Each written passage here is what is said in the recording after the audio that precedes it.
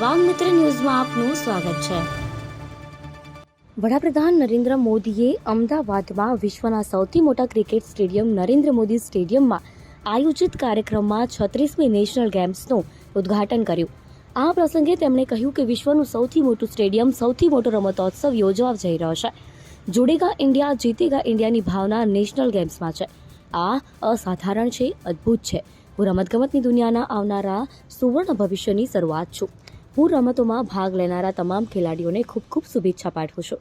આ રમતોત્સવ ભારતને નવી ઊંચાઈઓ પર લઈ જશે। આગળ વધુમાં જુઓ વડાપ્રધાને શું કહ્યું।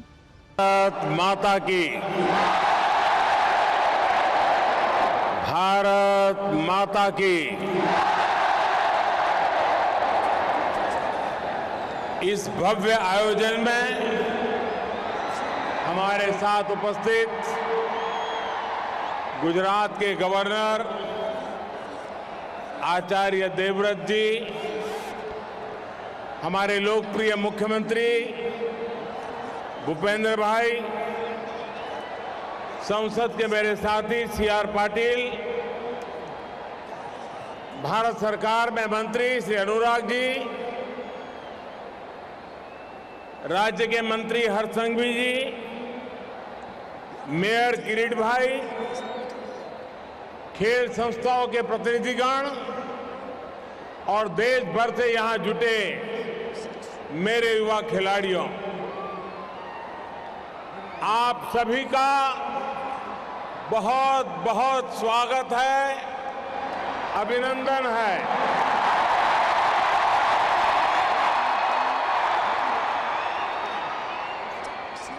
ये दृश्य,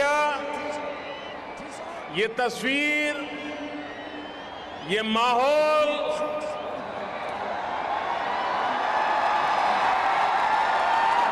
शब्दों से परे है। विश्व का सबसे बड़ा स्टेडियम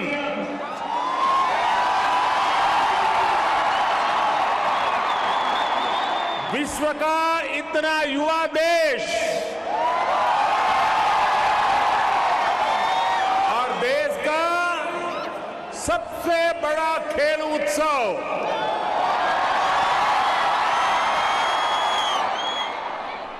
जब आयोजन इतना अद्भुत और अद्वितीय हो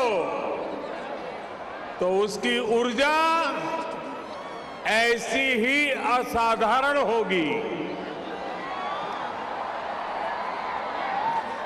देश के 36 राज्यों से 7,000 से ज्यादा एथलीट्स, 15,000 से ज्यादा प्रतिभागी, 35,000 से ज्यादा कॉलेज, यूनिवर्सिटी और स्कूलों की सहभागिता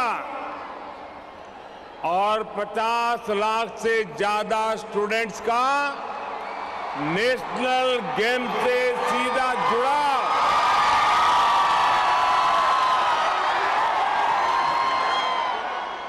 ये अद्भुत है, ये अभूतपूर्व है। नेशनल गेम्स का एंथम जुड़ेगा इंडिया, जीतेगा इंडिया। मैं कहूंगा जुड़ेगा इंडिया, आप बोलिए जीतेगा इंडिया। जुड़ेगा इंडिया, जुड़ेगा इंडिया, जुड़ेगा इंडिया। ये शब्द, ये भाव आज आसमान में गूंज रहा है। आपका उत्साह आज आपके चेहरों पर चमक रहा है। ये चमक आगाज है खेल की दुनिया के आने वाले सुनहरे भविष्य के लिए। नेशनल गेम्स का ये प्लेटफॉर्म आप सभी के लिए एक नया लॉन्चिंग पैड का काम करेगा। मैं इन खेलों में शामिल हो रहे सभी खिलाड़ियों को मेरी तरफ से बहुत बहुत शुभकामनाएं देता हूं।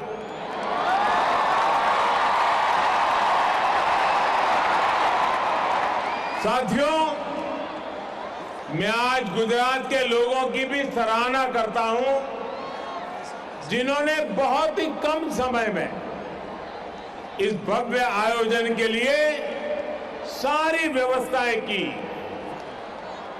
ये गुजरात का सामर्थ्य है, यहां के लोगों का सामर्थ्य है। लेकिन साथियों, अगर आपको कहीं कमी महसूस हो, कहीं कोई असुविधा महसूस हो, तो उसके लिए मैं गुजराती के नाते आप सबसे एडवांस में क्षमा मांग लेता हूं।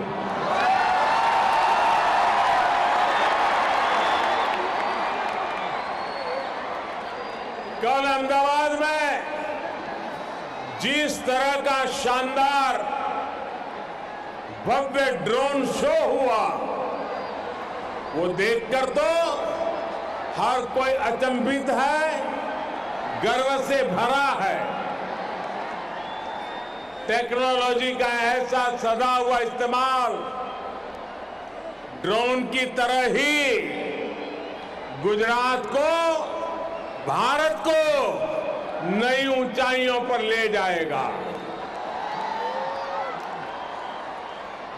यहां जो पहले नेशनल स्पोर्ट्स कॉन्क्लेव का आयोजन किया गया, उसकी सफलता की भी बहुत चर्चा हो रही है। इन सारे प्रयासों के लिए मैं मुख्यमंत्री श्रीमान भूपेंद्र भाई पटेल और उनकी पूरी टीम की भी भूरी प्रशंसा करता हूं। अभी कुछ दिन पहले नेशनल गेम्स का ऑफिशियल मैस्कॉट सावज भी लॉन्च हुआ है।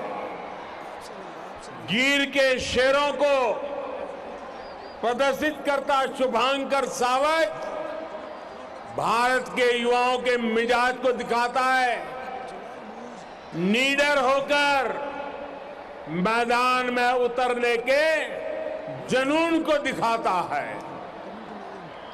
ये वैश्विक परिदृश्य में तेजी से उभरते भारत के सामर्थ्य का भी प्रतीक है। साथियों, आज आप यहां जिस स्टेडियम में, जिस स्पोर्ट्स कॉम्प्लेक्स में मौजूद है, इसकी विशालता और आधुनिकता भी एक अलग प्रेरणा का कारण है। ये स्टेडियम तो दुनिया का सबसे बड़ा स्टेडियम है ही, साथ ही ये सरदार पटेल स्पोर्ट्स एन्क्लेव और कॉम्प्लेक्स भी कई मायनों में सबसे अनूठा है। आमतौर पर ऐसे स्पोर्ट्स कॉम्प्लेक्स एक या दो या तीन खेलों पर ही केंद्रित होकर रह जाते हैं, लेकिन सरदार पटेल स्पोर्ट्स कॉम्प्लेक्स में football, hockey, basketball, kabaddi, boxing और लॉन टेनिस जैसे अनेकों खेलों की सुविधा एक साथ उपलब्ध है। ये एक तरह से पूरे देश के लिए एक मॉडल है, क्योंकि जब इंफ्रास्ट्रक्चर इस स्टैंडर्ड का होता है तो खिलाड़ियों का मनोबल भी एक नई ऊंचाई तक पहुंच जाता है। मुझे विश्वास है हमारे सभी खिलाड़ी इस कॉम्प्लेक्स के अपने अनुभवों को जरूर एंजॉय करेंगे। मेरे नौजवान साथियों, सौभाग्य से इस समय नवरात्रि का पावन अवसर भी चल रहा है। गुजरात में मां दुर्गा की उपासना से लेकर गरबा तक यहां की अपनी अलग ही पहचान है। जो खिलाड़ी दूसरे राज्यों से आए हैं, उनसे मैं कहूंगा कि खेल के साथ ही यहां नवरात्रि आयोजन का भी आनंद जरूर लीजिए। गुजरात के लोग आपकी मेहमान नवाजी में, आपके स्वागत में कोई कोर कसर नहीं छोड़ेंगे। वैसे मैंने देखा है कि कैसे हमारे नीरज चोपड़ा कल गरबा का आनंद ले रहे थे।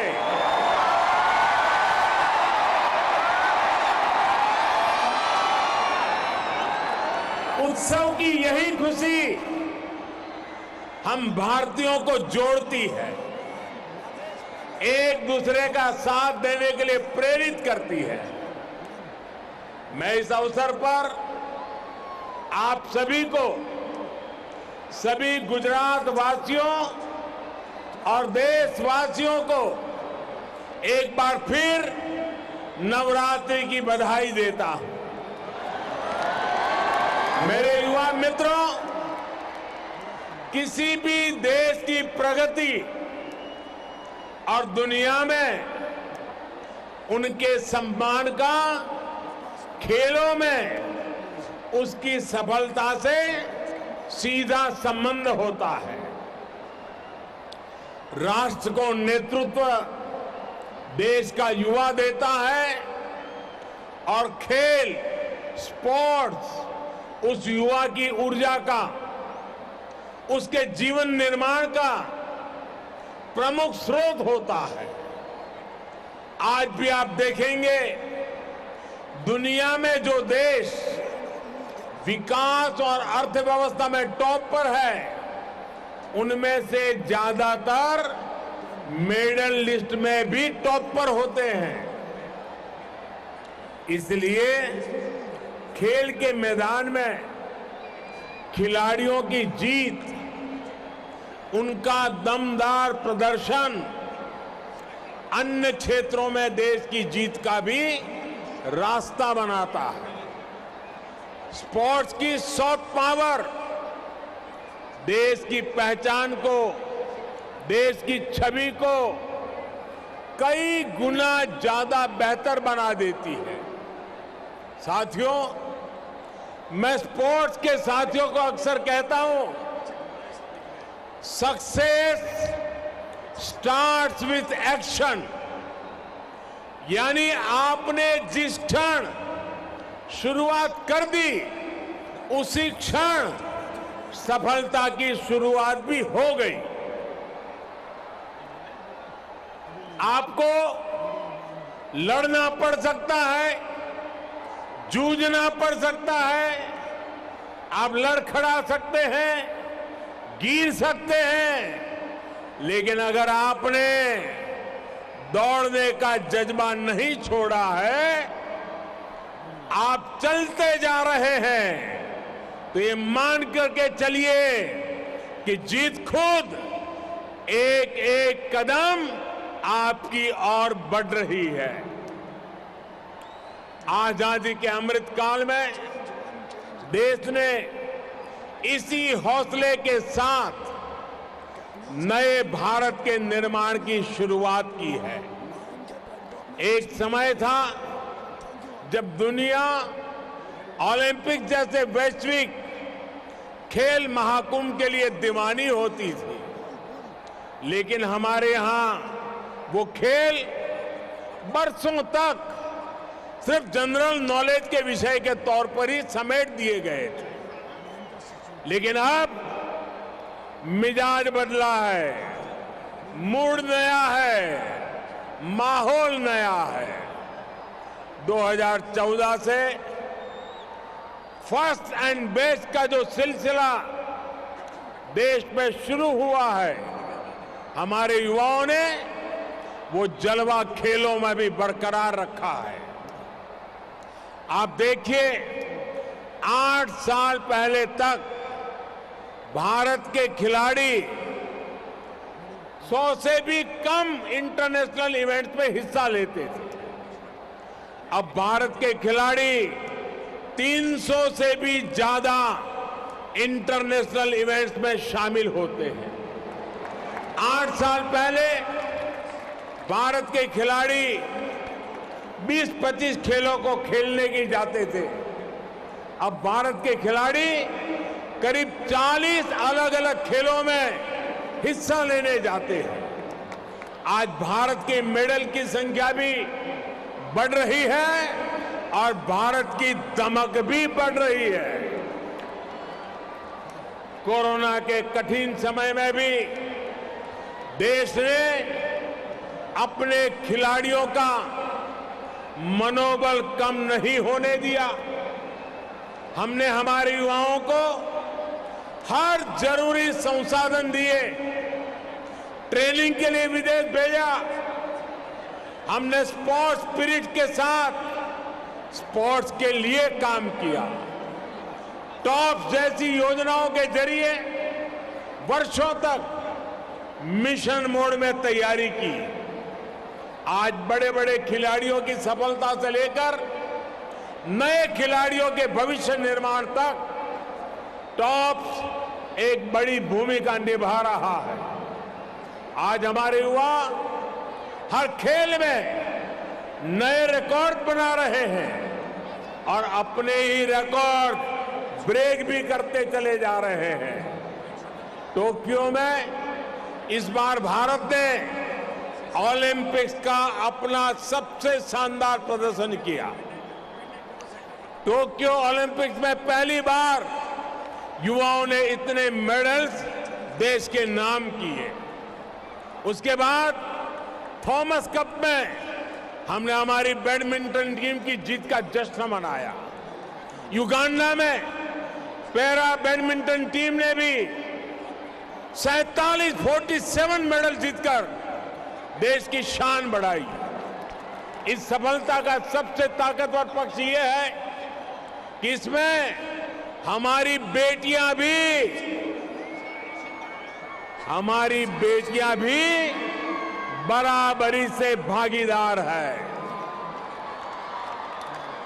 हमारी बेटियां आज सबसे आगे तिरंगे की शान बढ़ा रही है।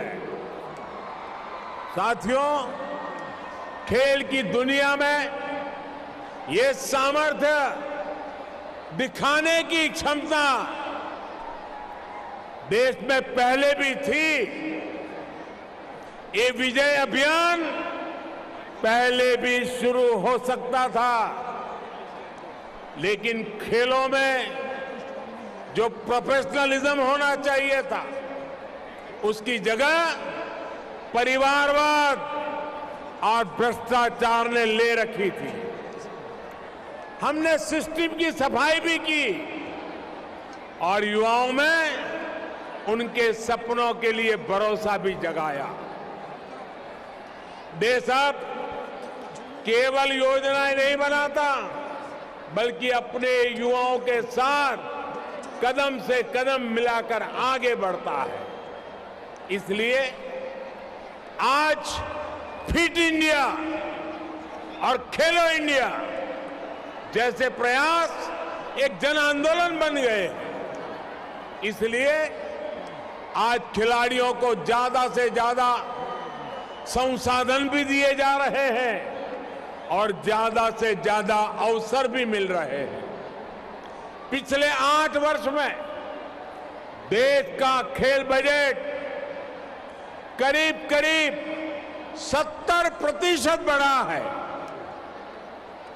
आज देश में स्पोर्ट्स यूनिवर्सिटीज बन रही है।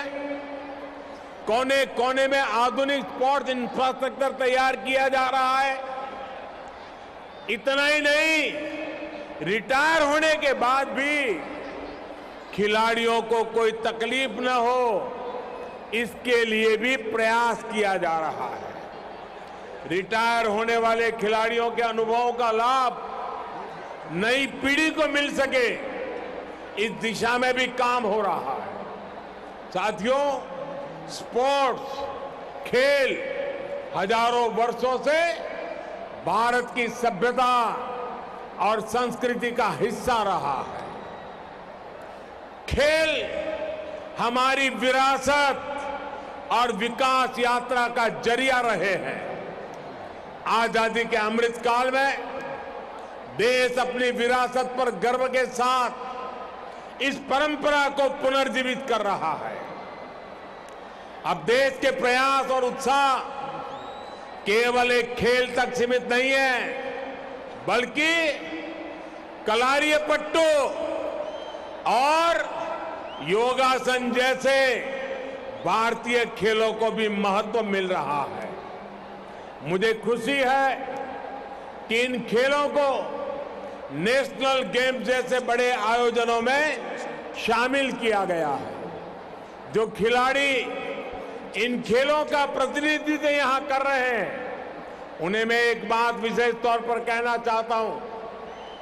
आप एक और हजारों वर्ष पुरानी परंपरा को आगे बढ़ा रहे हैं, तो साथ ही खेल जगत के भविष्य को नेतृत्व भी दे रहे हैं। आने वाले समय में जब इन खेलों को वैश्विक मान्यता मिलेगी, तो इन क्षेत्रों में आपका नाम लीजेंड्स के रूप में लिया जाएगा। साथियों, आखिरी में आप सभी खिलाड़ियों को मैं एक मंत्र और देना चाहता हूं। अगर आपको कंपटीशन जीतना है, तो आपको कमिटमेंट और कंटिन्यूटी को जीना सीखना होगा। खेलों में हार जीत को कभी भी हमें आखिरी नहीं मानना चाहिए। ये स्पोर्ट्स स्पिरिट आपके जीवन का हिस्सा होना चाहिए।